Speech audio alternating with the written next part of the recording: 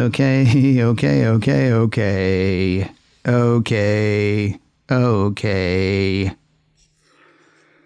I should change the theme of this show to that. You know, the show turns 20 2 weeks from today. 2 weeks from today, this show turns 20 years old. And you would think at this point I would say, so go to my site and order a t-shirt. Or we're having a party in Vegas. So far I got nothing. But I'm thinking about it. Not going to Vegas. Well, I mean, always. But anyway, let's do a show.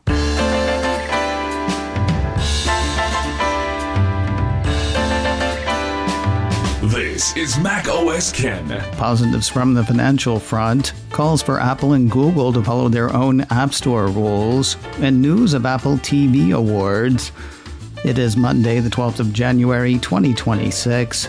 I'm Ken Ray, and this is news from Mac OS Ken, brought to you by yours truly and sponsored by Squarespace, the all-in-one platform for growing your presence online. Get 10% off your first purchase of a website or domain with offer code MacOSKen at squarespace.com/MacOSKen. This show is also sponsored by Copilot Money, designed to make your money feel clear, calm, and fully yours. That starts with the Copilot Money dashboard, letting you view new transactions, budget categories, recurring charges, and more. Copilot Money features AI-powered spending categorization, though that can be tweaked to exactly what you need thanks to fully customizable categories, rules, and notifications.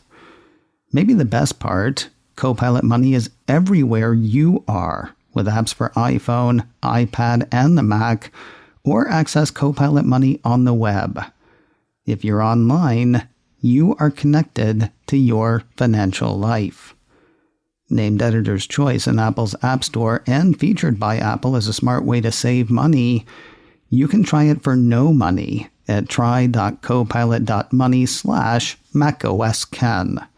For a limited time, new users get 26% off your first year after a 2-month free trial with offer code MacOSKen. Start the new year with clarity with Copilot Money.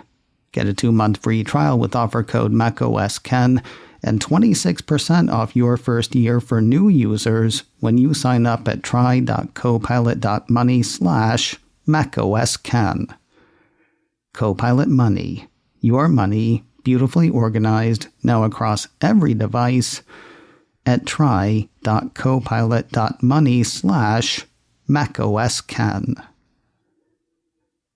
One analyst ended his Apple watching week last week on a high note. Apple 3.0 ran part of a note from Evercore analyst Amit Daryanani, wherein he upped his 12-month price target on the Cupertino company's shares. Basically, he's happy with how things look for iPhone for the most part. According to his note, his team's checks, coupled with industry data points, suggest that there is near-term upside to Apple estimates driven by robust iPhone demand plus minimal memory cost headwind. He and his see stronger iPhone demand across North America, China, and India, though there is modest weakness in Europe in their estimation. Perhaps making up for that, though, is a skew toward higher-end models of iPhone, which could mean higher ASPs than the street is expecting. As for the memory mayhem, Daryanani figures Apple's got that locked up through the March quarter.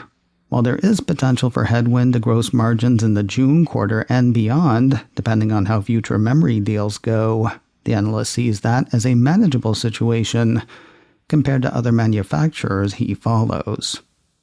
Keeping Apple as his top pick, Mr. Daryanani maintains an outperform rating on the company's shares.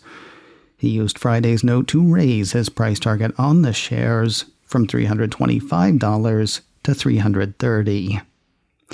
I'm not sure which is the rising tide and which is the boat in this situation, but TSMC, chip maker for Apple and Nvidia among others, seems to be having a good one. Apple Insider says the firm reported a higher than predicted Q4 revenue increase. Citing a Reuters report, the piece says TSMC saw a 20.45% year-over-year increase in fourth quarter revenue.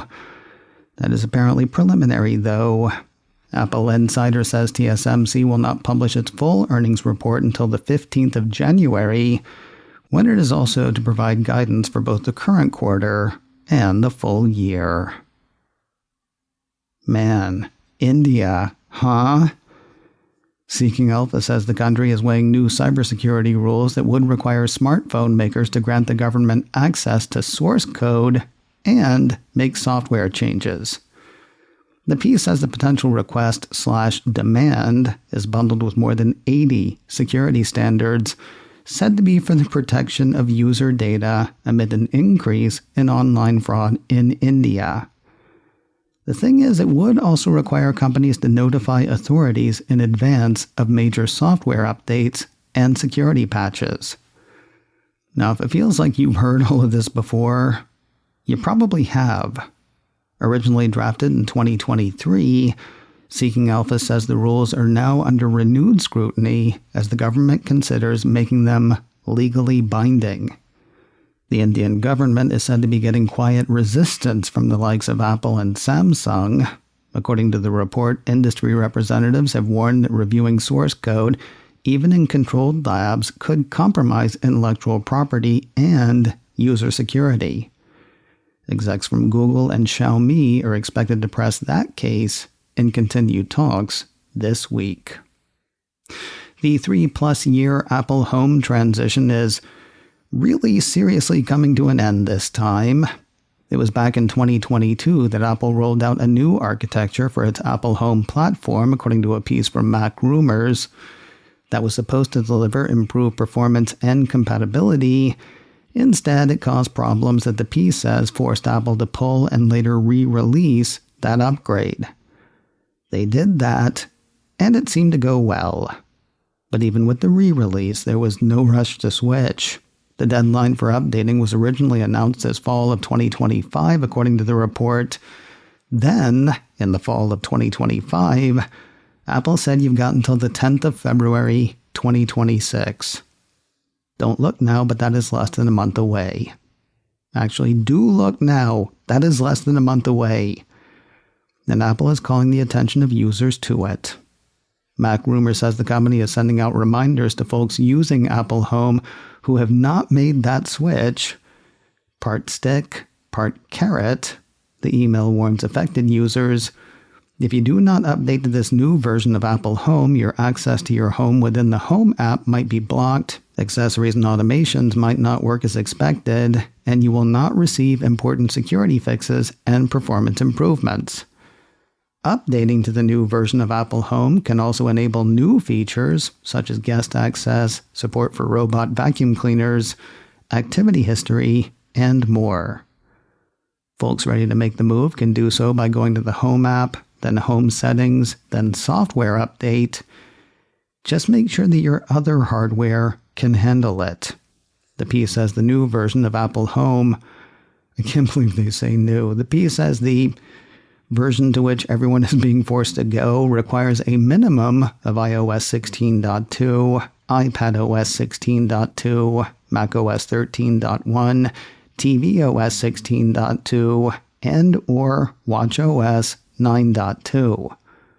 Devices that cannot handle those operating systems or later will lose access to the Apple Home after updating. More news in a moment, but first a word from today's sponsor, Squarespace, the all-in-one platform for growing your presence online. Have you noticed lately how many businesses and individuals are sort of taking back their online presence? There's something about making your own space online. It is great, though, to have help. I tried coding a site many years ago, and boy, was that ugly.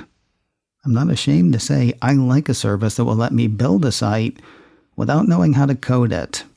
For me, that service is Squarespace, has been for years. I won't say you can't make an ugly site with Squarespace. I will say they make making a beautiful site easy. While the tools are simple, you won't end up with a site that looks like everybody else's. use their library of professionally designed and award-winning templates, or work with Blueprint AI, a Squarespace tool to give you a custom website in just a few steps. Now, if your site is less about promoting a business than building one, they got your back.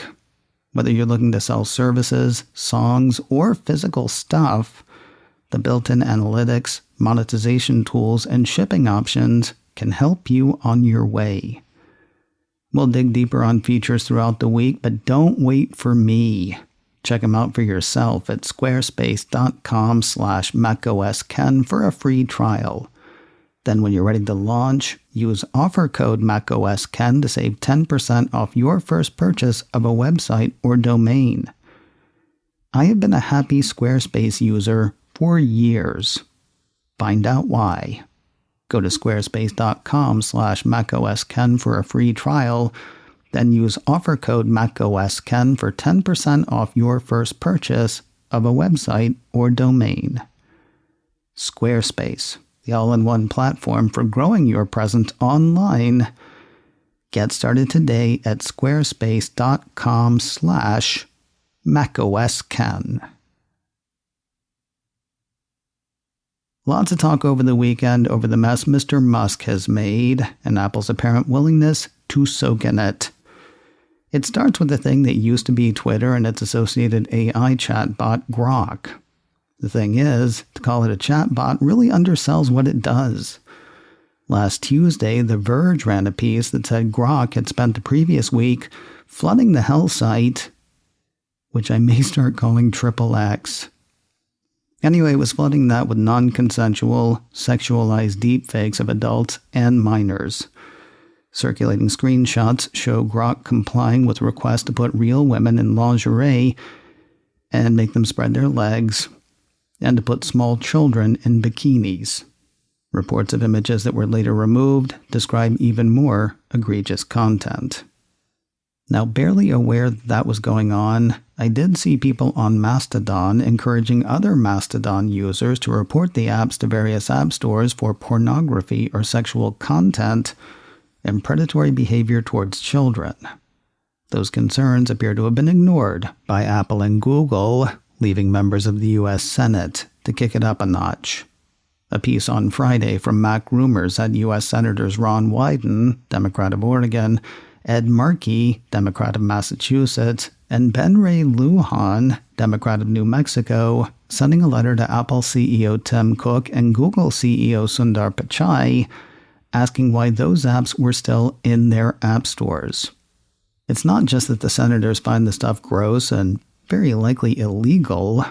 It's that the behavior of those apps seems to violate rules governing Apple's App Store and the Google Play Store. A seriously incendiary post from Elizabeth Lopado at The Verge points to the line from Apple's App Store Developer Guidelines. It reads, apps should not include content that is offensive, insensitive, upsetting, intended to disgust, in exceptionally poor taste, or just plain creepy.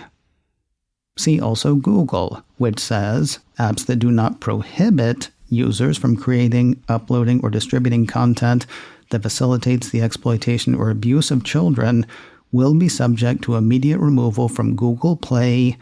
This includes all child sexual abuse material. Such developer guidelines were noted by Senators Wyden, Markey, and Lujan, who said in their letter, your App Store's policies are clear. Google's terms of service require apps to prohibit users from creating, uploading, or distributing content that facilitates the exploitation or abuse of children, including prohibiting the portrayal of children in a manner that could result in the sexual exploitation of children. Apps that do not are said to be subject to immediate removal from Google Play for violations. Similarly, Apple's terms of service bar apps from including offensive or just plain creepy content, which under any definition must include non-consensually generated sexualized images of children and women. Further, Apple's terms explicitly bar apps from including content that is overtly sexual or pornographic material, including material intended to stimulate erotic rather than aesthetic or emotional feelings. While one could argue that it takes time to look into such things, The senators seem to anticipate that argument. Quoting their letter again, both Apple and Google have also recently demonstrated the ability to move quickly to moderate apps from the app stores. For example, under explicit pressure and perhaps threats from the Department of Homeland Security, your companies quickly removed apps that allowed users to lawfully report immigration enforcement activities like IceBlock and Red Dot.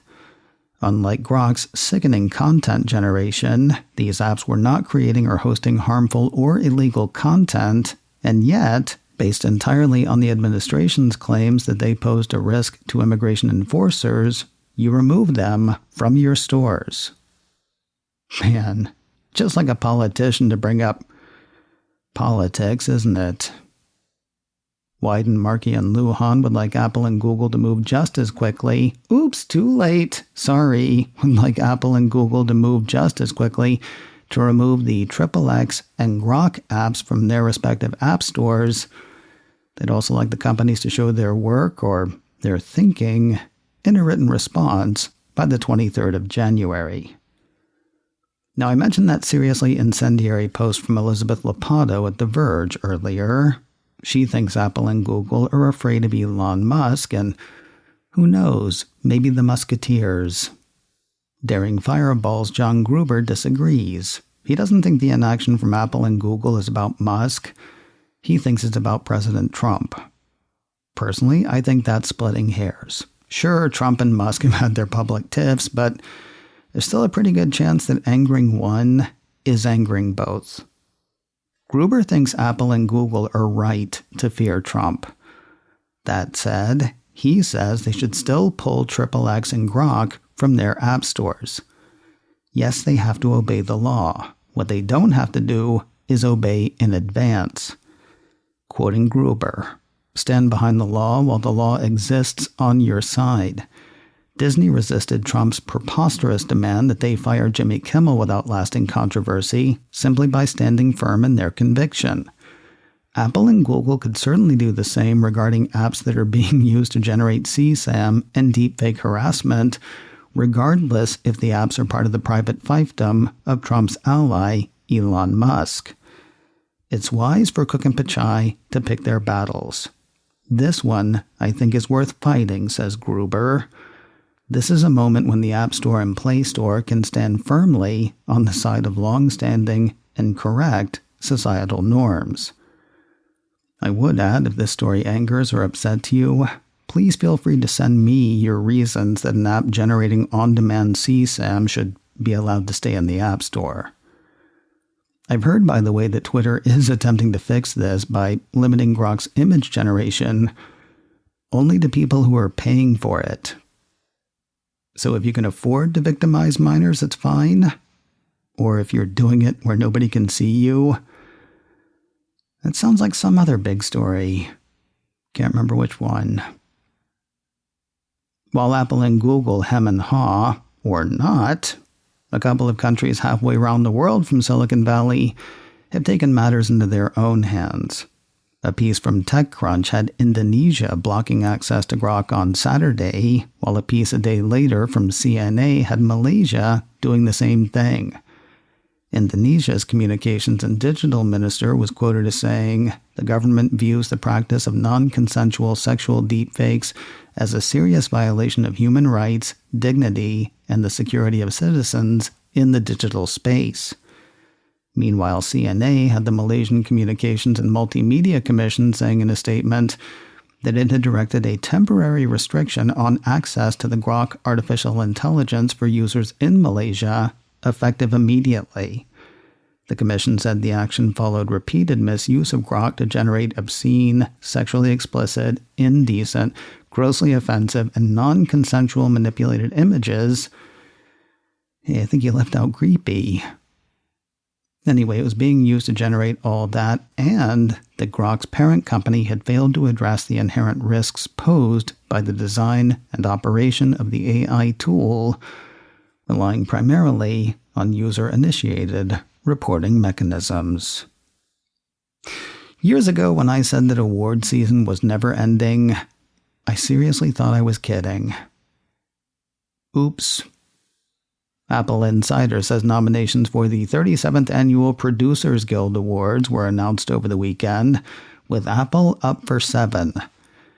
Interestingly, they're spread across 7 different titles this time. Running through those, Snoopy Presents, a summer musical, tries for Outstanding Children's Program. Mr. Scorsese is up for Outstanding Producer of Nonfiction Television. The Studio is nominated for Outstanding Producer of Episodic Television, Comedy. Pluribus and Severance are nominated for Outstanding Producer of Episodic Television, Drama. The Gorge goes for the award for Outstanding Producer of Televised or Streamed Motion Pictures, and F1, The Movie, is up for Outstanding Producer of Theatrical Motion Pictures. The Producers Guild Awards will be held in Los Angeles at the end of February. And finally today, the Golden Globe Awards were held last night, and Apple TV participants walked away with 3 of them. Salon listed the winners. On Apple's side, they included Ray Seahorn winning for Best Actress in a Television Series, Drama, for Pluribus. Seth Rogen took home the trophy for Best Actor in a Television Series, Musical, or Comedy for The Studio, and The Studio also won for Best Television Series, Musical, or Comedy, beating previous winners The Bear and Hacks. macOS Ken, brought to you by me, and sponsored by Copilot Money. Get a 2-month free trial with offer code MacOSKen at try.copilot.money/MacOSKen. This show is also sponsored by Squarespace. Get 10% off your first purchase of a website or domain with offer code MacOSKen at squarespace.com/MacOSKen. Advertising handled by Backbeat Media. Online at backbeatmedia.com. You can find me on Mastodon, macOSKen at mastodon.social. You can also send me an email, info@macosken.com. Until next time, that is news from macOS Ken. I'm Ken Ray.